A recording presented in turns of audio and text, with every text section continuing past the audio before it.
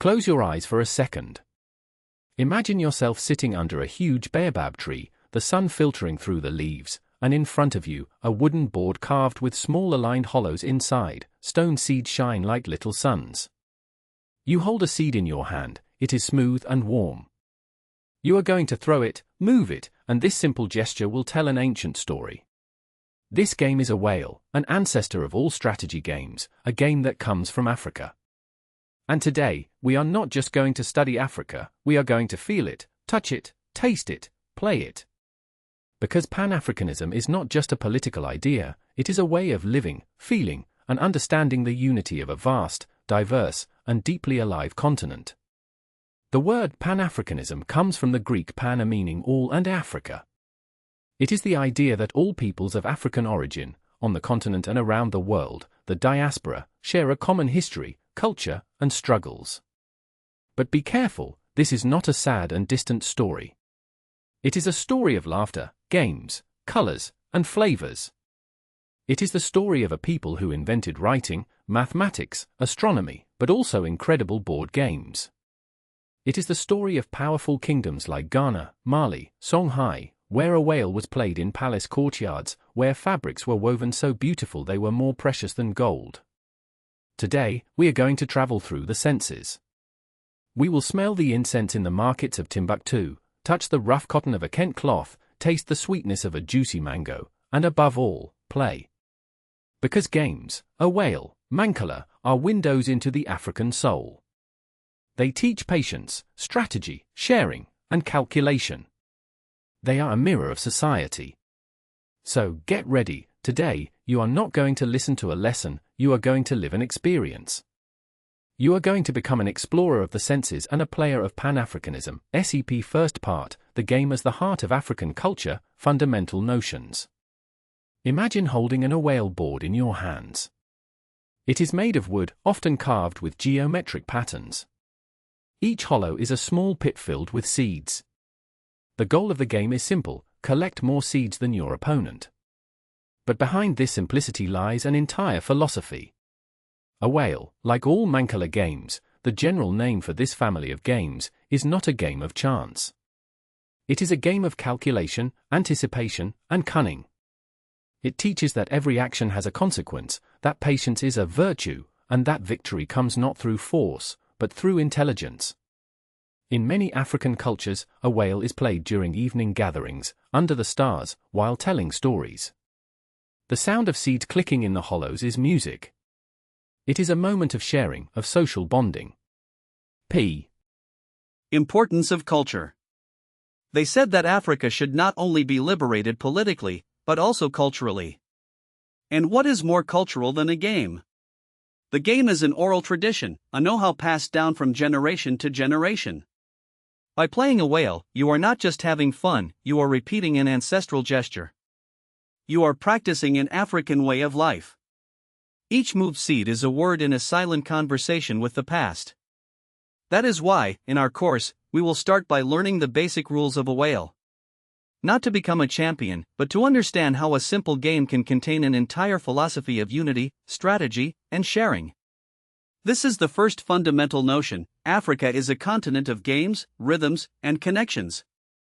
Pan-African unity is like a game of a whale. Each people, each culture, each country is a seed in the great hollow of the continent. The goal is not to dominate, but to harvest together, in harmony. SAP Second Part, the flavors and sense of unity, development and concrete examples. Now, we move from touch to taste and smell. Close your eyes again and imagine the smell of an African market. It is not a single smell, it is a whirlwind: damp earth after rain, smoked fish, spices like ginger, cinnamon, cloves, burning incense, sweet fruits like mango, papaya, pineapple, and shea butter, rich and soft.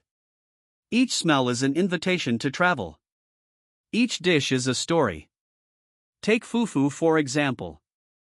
It is a paste made from cassava or pounded yam, eaten with the hand, dipped in a sauce.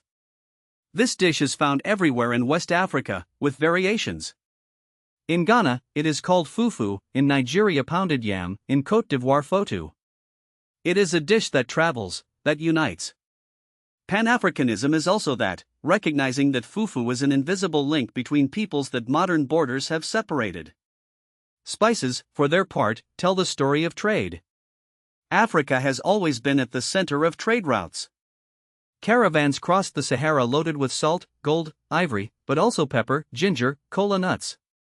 The kola nut, for example, is a symbol of hospitality in many cultures. It is offered to guests, chewed. It is bitter at first, then sweet. It is a ritual of sharing, a gesture of unity. And then, there is mint tea in North Africa, coffee in Ethiopia, the birthplace of coffee, bissap, hibiscus juice in West Africa. Each drink is a moment of pause, of conversation. In our sensory exploration, we will also talk about textiles. Touch a kente cloth from Ghana. It is thick, rough, but the patterns are of mathematical precision. Each color has a meaning: yellow for wealth, green for fertility, blue for peace. The Alkebulan from Mali, on the other hand, is dyed with fermented mud, giving it an earthy smell and a unique texture. Th. Is understanding that jollof rice, a spicy rice dish, is eaten from Senegal to Nigeria, and each country claims its recipe is the best. But deep down, it is the same dish, the same love of sharing. That is African unity, a large table where everyone is invited to taste, to smell, to share. SEP Third Part, A Whale, The School of Life, Analysis and Perspectives. Let's return to our whale board. In this game, there is a crucial rule: feed the opponent.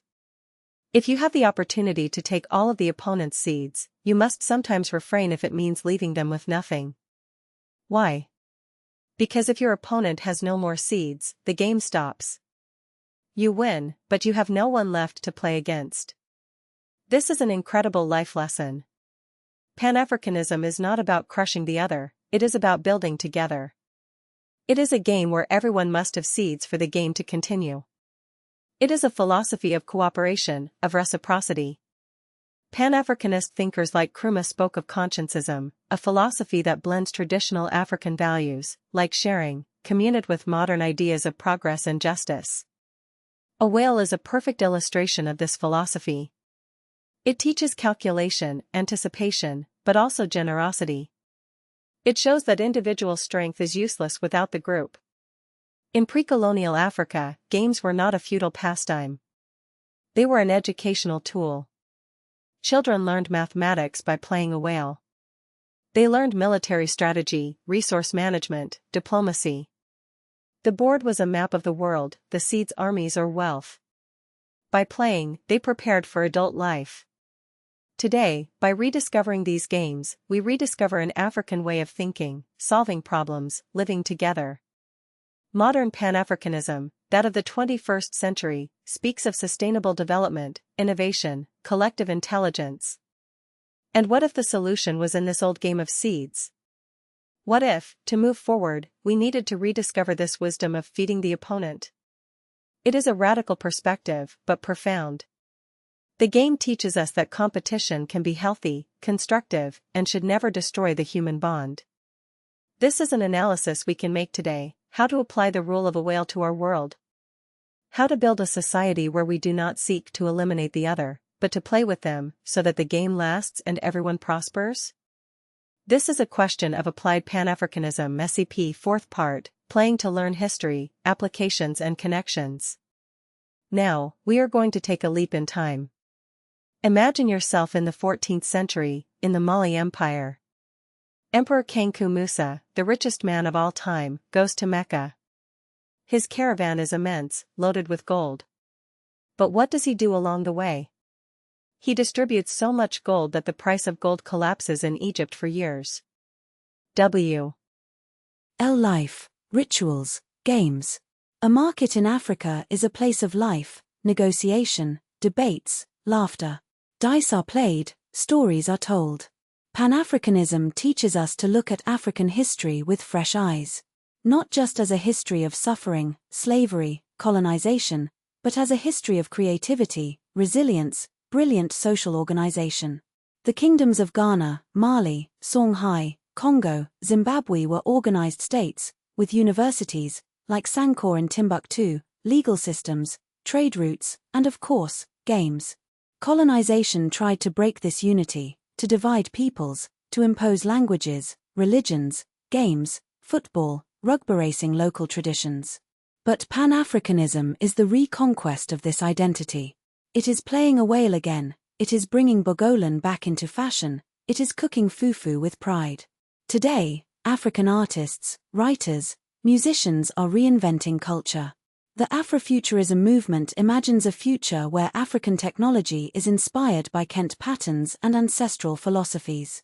African startups create video games based on the history of Mali or Ghana. The link with current events is strong. The African Union, created in 2002, is the political realization of the Pan-African dream. It seeks to unify the continent economically, politically, culturally. And in its symbols, we find the patterns, colors, diversity of the continent.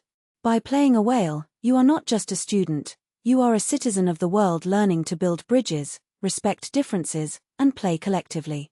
This is a direct application of Pan-Africanism in your daily life. SEP Deepening section, the symbolism of colors and numbers in African games. To go further, let's dive into symbolism. In a whale, the number of seeds is not random. We often play with 48 seeds, distributed in 12 holes, 6 per player. 48 is a highly symbolic number in many African cosmologies. It can represent the 48 months of a cycle, or the 48 founding ancestors. Each seed is an ancestor, a memory. By moving the seeds, we awaken the ancestors, we make them participate in the game. It is a communication with the invisible world. It is not a simple game of chance, it is a ritual. Similarly, in Kent weaving, the patterns are not decorative. Each pattern has a name and a proverb. For example, the Sankofa pattern represents a bird looking backward. It means it is never too late to retrace your steps and correct your mistakes. This is a key concept of Pan-Africanism. One must know one's past, pre-colonial history, tradition to build a better future.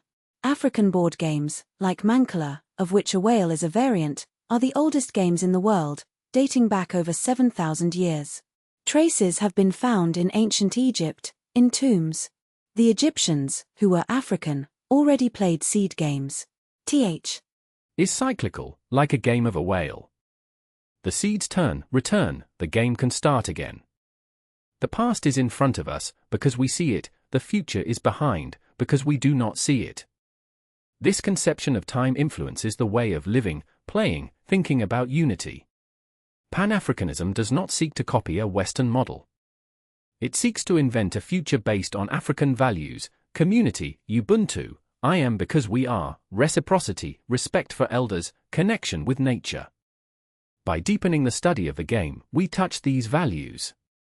We understand that every gesture, every color, every flavor is meaningful. It is a complete sensory and intellectual education. To go further, one could study the mathematics of a whale. Fibonacci sequences appear in some strategies, or the geometry of Kent patterns, or the chemistry of natural dyes, indigo, ochre. Pan-Africanism is a continent of knowledge to rediscover, SEP methods and tips for understanding and remembering. To remember this course, do not learn it by heart, live it. Tip number 1, make your own a whale. Take an empty egg carton and 48 seeds, beans, pebbles, beads. Play with a friend or family. By playing, you will understand the notion of strategy, sharing, cycle. Tip number 2, do a Pan-African cooking workshop. Cook a jollof rice or a fufu with your parents. While cooking, talk about the spices, their origin. Tip number 3, create a table of Kent colors. Draw patterns and write the meaning of each color. Tip number 4, to memorize key dates, Ghana Empire 8th to 13th century, Mali Empire 13th to 16th century, creation of the OAU in 1963, African Union in 2002, associate each date with a smell or taste. For example, the African Union, 2002, could be associated with the taste of coffee, to signify the awakening of the continent. Tip number 5, that Sankofa method, for each new notion, ask yourself what is the link with the past. If you learn about Pan-Africanism, always look for the ancient African root. This will help you understand the depth of the subject. Finally, remember that Pan-Africanism is a feast of the senses. The more you engage sensorially, touch, taste, smell, play, the more you will remember. Become an actor in your learning, not a spectator. SEP to go further, readings, references, open questions. If this sensory journey has made you want to know more, here are some leads. Readings, Ambiguous Adventure by Cheikh Hamidou Kane, a novel about the encounter between African and Western cultures. The Sons of Independence by Amadou Karuma. We Are All Africans by Moussa Sow. For visual culture, look at photos of Kent and Bogolan fabrics. Listen to traditional African music, Kora, Balafoned Modern, Fela Kuti, Salif Keita, Burna Boy. F. Art in France to teach respect and cooperation? If you had to create a new Pan-African board game, what would it look like? What rules and symbols would you use? How is cooking an African dish a political and cultural act? Why is it important to know the history of African empires before colonization? How can fashion, clothing, pattern be a tool for Pan-African unity? These questions have no single right answer. They are meant to make you think, discuss, and continue exploring. Pan-Africanism is an endless journey, and each sense is a doorway.